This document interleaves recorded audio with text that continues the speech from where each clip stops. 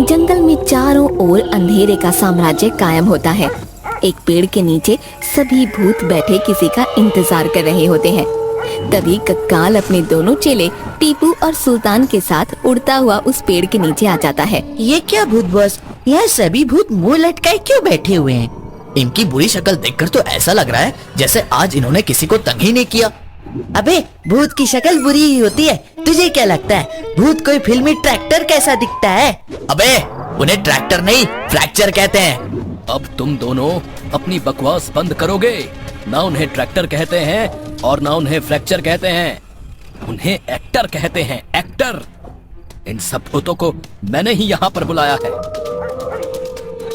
क्योंकि मुझे सभी भूतों से एक बहुत जरूरी बात करनी है। समझ गया, आपने हम सब भूतों की एक चीटिंग बुलाई है। अबे उसे चीटिंग नहीं ईटिंग कहते हैं। तुम दोनों अपना मुंह बंद करोगे? ना उसे चीटिंग कहते हैं ना उसे ईटिंग कहते हैं, इसे मीटिंग कहते हैं। मीटिंग मतलब भूतों की मीटिंग।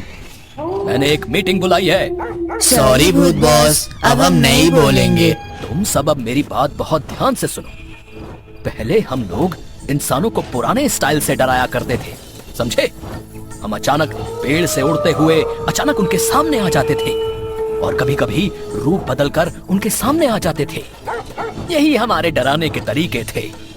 लेकिन अब इंसान हमारी चाल समझ गए हैं, वो आधुनिक हो गए हैं। इसलिए अब हमें भी सारे इंसानों को आधुनिक शैली में ही डराना होगा, समझे तुम सब?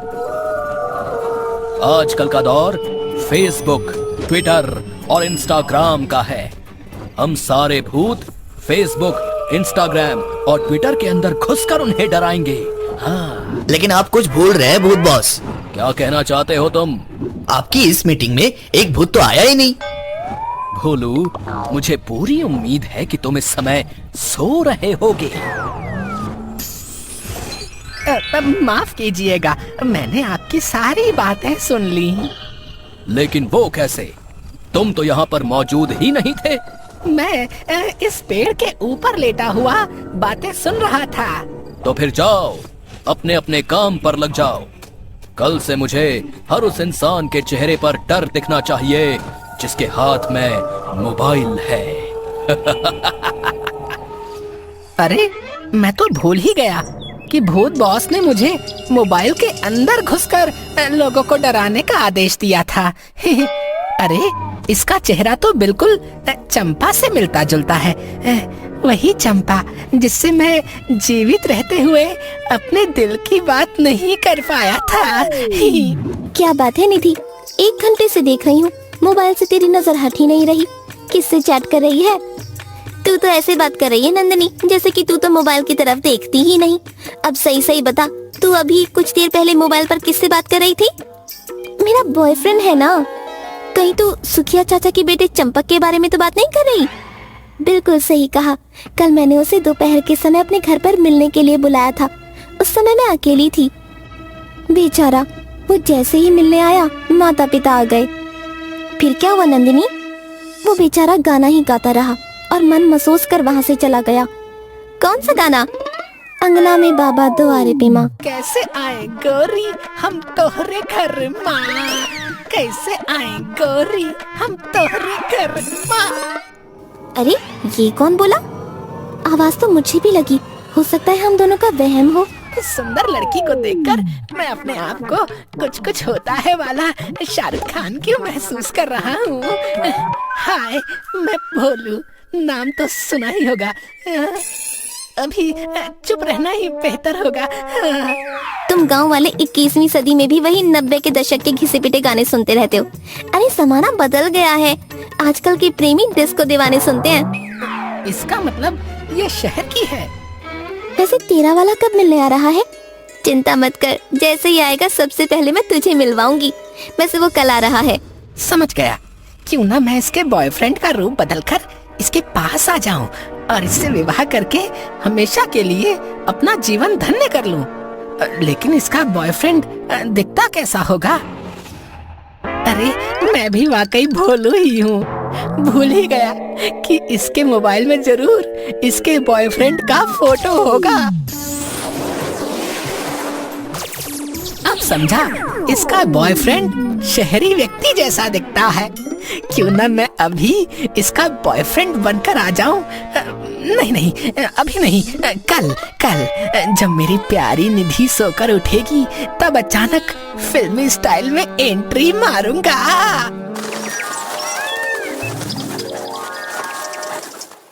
कैसी हो मेरी प्रिय? मुझे पता है कि तुम मेरा ही इंतजार कर रही थी। अरे राहुल, तुम? राहुल? कौन राहुल? कहाँ है राहुल? अरे तुम डर क्यों गए? तुम्हारी तबीयत तो ठीक है? अरे मैं तुमसे ही बात कर रही हूँ। मैं भी कितना बुद्धू हूँ, इसके बॉयफ्रेंड का नाम तो मुझे मालूम ही नहीं। लगता है इसके बॉयफ्रेंड का नाम राहुल ही है। हाँ, मैं भूल गया। भूल गया? What nonsense! तुम तो अमेरिका में रहते हो और अमेरिका में सब तुम्हें मिस्टर परफेक्शनिस्ट कहते हैं। तुम अपना नाम ही भूल गए। और वैसे तुम तो अगले महीने आने वाले थे ना? अरे तुमने तो अपनी सहेली से कहा था कि मैं कल आने वाला था। लेकिन तुम्हें कैसे मालूम? कल मैं नंदिनी से इसी बारे में बात कर रही थी। वो सब छोड़ो निधि, मैं इतने सालों बाद तुमसे मिलने आया हूँ। मुझसे गले मिलने की बजाय तुम मुझसे नाराज हो रही हो। हाँ। What nonsense! जब से आया बकवास पर बकवास किए जा रहे हो। पिछले महीने तो तुम मुझसे मिलकर गए थे। I am just joking, darling. मैं तो मजाक कर रहा था। लेकिन तुम तो मजाक नहीं करते। तुम्हें तो मजाक बिल्कुल पसंद नहीं। अब यहीं पर खड़ी रहकर बातें करती रहोगी या कहीं घूमने भी चलोगी? पहले अंदर चलते हैं। माँ और पिताजी से नहीं मिलोगे क्या? क्या विवाह से पहले माँ और पिताजी से मिलना कुछ अजीब नहीं है? अब तुम मेरा दिमाग खराब कर रहे हो। इससे पहले कि मैं तुम्हारी गाल पर हमेशा की तरह पंजाबी वाला थप्पड़ जड़ दूं, चुपचाप अंदर चलो। ये तुम्हारे साथ कौन है निधि? पिताजी, राहुल है, जिसके बारे में मैंने आपसे बात की थी। अच्छा, मैं समझ गया। बूढ़ा हो गया हूँ बेटी, इसलिए दूर का थोड़ा कम दिखाई देता है। तो तुम कहाँ पर रहते हो? वैसे तो मेरा रहने का कोई ठिकाना नहीं। कभी इस पेड़ पर, कभी उस पेड़ पर। यहाँ क्या कर रहे हो तुम? पेड़ पर तो बंदर रहते हैं। निधि, तुमने तो कहा था कि राहुल काफी समझदार है। ये तुम क्या बोल रहे हो? पिताजी तुमसे पूछ रहे हैं तुम अमेरिका में कहाँ रहते हो। I am just joking. Nidhi ने तो आपको बताया होगा कि मैं अमेरिका में ही रहता हूँ। हाँ, मैं जानता हूँ तुम अमेरिका में रहते हो।